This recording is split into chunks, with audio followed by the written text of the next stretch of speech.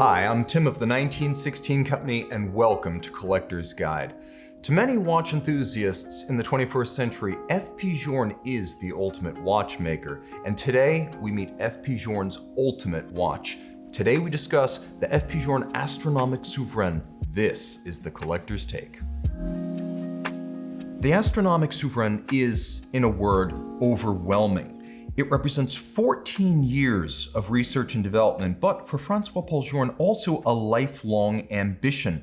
It is the most complex wristwatch he has ever constructed, and it is by far the most expensive current Journe product. It sits at the summit of Olympus. Well, it's big. At 44 millimeters in diameter, 14.1 millimeters thick, and 54.8 lug-to-lug, this is a large watch, especially by Journe standards. All of this necessary to include a 37 millimeter movement, so purists, it is purposefully large. I would say it's a little bit busy in that there are many materials and many details, but it's well balanced, especially on the front dial where it's nicely partitioned side to side with a bilateral symmetry that is rare, frankly, on Journe watches. So many different materials, textures, tones, and colors. We have stainless steel, we have rose gold, we have the whitened sterling silver sub-registers, and of course the watch has a number of different red and blue tones. If you look closely, it is a lot to take in. Let's just say this, the case is familiar, really just a scaled up version of a standard Journe Classique model, and then the dial, familiar. It's no longer fresh, it's been around for a while, but this aesthetic has proven to be enduring and adaptable. It looks as fresh today really as when it came out in 1999. It hasn't lost a step. It's also been very adaptable in the sense that it adapts well to different complications, genres, layouts, balances, colors, textures, and tones. In terms of the case back, well, you can't wear it upside down, but you might want to. It is enormous, romantic, and beautiful. And let's be clear, at FP Journe, most models are economically finished to meet a price point. This one is not. This is the finest finish you will receive on any Journe, so it is elite in that regard. It's difficult to describe the features of this watch without sounding like an auctioneer. 18 functions. The watch, by the way, can be customized, but no matter what, you're going to get dual time, a minute repeater, equation of time, customized sunrise and sunset for a locality with day and night indicator, featuring a moving shutter system invented by Journe's son, Charles Journe. There's a deadbeat second system, sidereal time, that's the 24-hour display actually, one sidereal day, 23 hours, 54 minutes, and 4.0905 seconds. That is what you're looking at on the dial side. There's a tourbillon. The tourbillon has a constant force remontoire. There's an annual calendar on the reverse side with a zodiac function, a power reserve indicator on the primary dial, and note the photorealistic moon phase, which is derived from an actual NASA photo. All in all, the movement's got 758 parts and 68 joules. Caliber 1619 is a monster. By the way, this watch is easy to set up. There are 3 positions for the crown, and all of the displays are set exclusively through it. The boxed set, quite frankly, it is massive. It rises to the occasion of this watch. We have the outer box, which houses a beautifully decorated inner box, which frankly probably has more interior volume than it needs, but this is all about the pageantry of $1 million watch, so it's all good.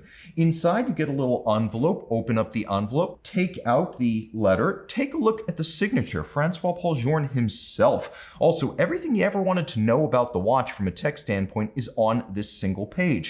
Open up the guide, it's a good reference. In order to avoid breaking your watch, you'll find that there is quite a bit of instruction, but that it all fits on 2 pages, emphasizing just how user-friendly this watch is. Also, you can see Charles Journe's initial sketch of how the sunrise-sunset shutter system was originally envisioned. Well, let's say 17 centimeter circumference wrists and up. This is a watch for men, and fairly large men at that. The timepiece has a broad span at almost 55 millimeters lug-to-lug. It really helps to have a flat wrist across the top. If you're tiny and spindly like me, look elsewhere. You need a different Journe. Well, first and foremost, investors. I hate to talk about watches as an investment, but when you're spending 7 figures, it needs to be a consideration. This is a watch that sells for 2.5 times its retail price. All this is pre-tariff money, but that should speak to the market for this, and it is a permanent market. If you are a Journe superfan, this, along with a sonnerie and maybe one of his custom pieces from the 80s and 90s, really is the end. It's the exit watch.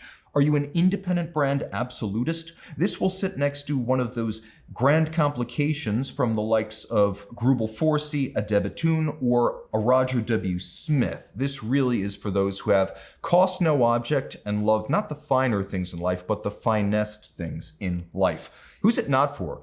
Journe, as a brand, now has a lot of hype watch baggage, and a lot of that's driven by social media. It doesn't detract from the hardware, but some people might not be comfortable wearing a Journe for that reason.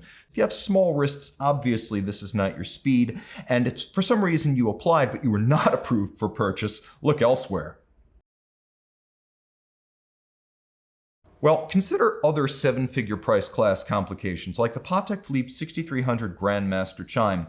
3.369 million, and that's the most accessible current version. You can actually wear it on either side, so it's got two dials and both are wearable because of the rotating case.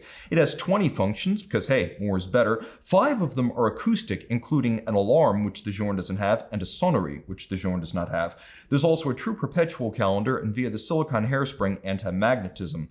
It has a more artful case, but it's also bigger. At 47.7 millimeters in diameter by 16.1 thick, you're going to need an even bigger wrist to wear this one. There is no tourbillon, and regrettably, you cannot see the movement for which you've paid as both dials are solid.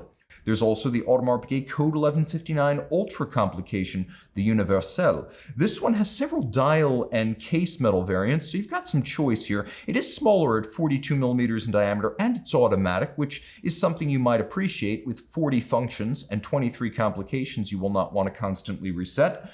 The sonnerie system is also present and correct alongside a split-seconds chronograph, and the Journe has neither. It is a true grand complication with a split-second chrono, a tourbillon, a minute repeater, and a perpetual calendar.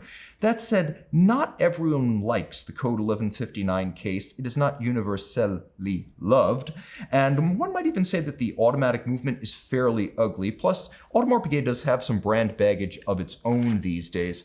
Finally, I'd say that a bit of an offbeat and off-the-radar choice from a bigger brand, the IWC 5041 Sidereal Scafusia, the most elite Portuguese, are also in the $1 million range in pre-tariff money. By the way, all of this is pre-tariff money. It's the ultimate IWC in Portuguese. It is big at 46 millimeters and almost 18 thick.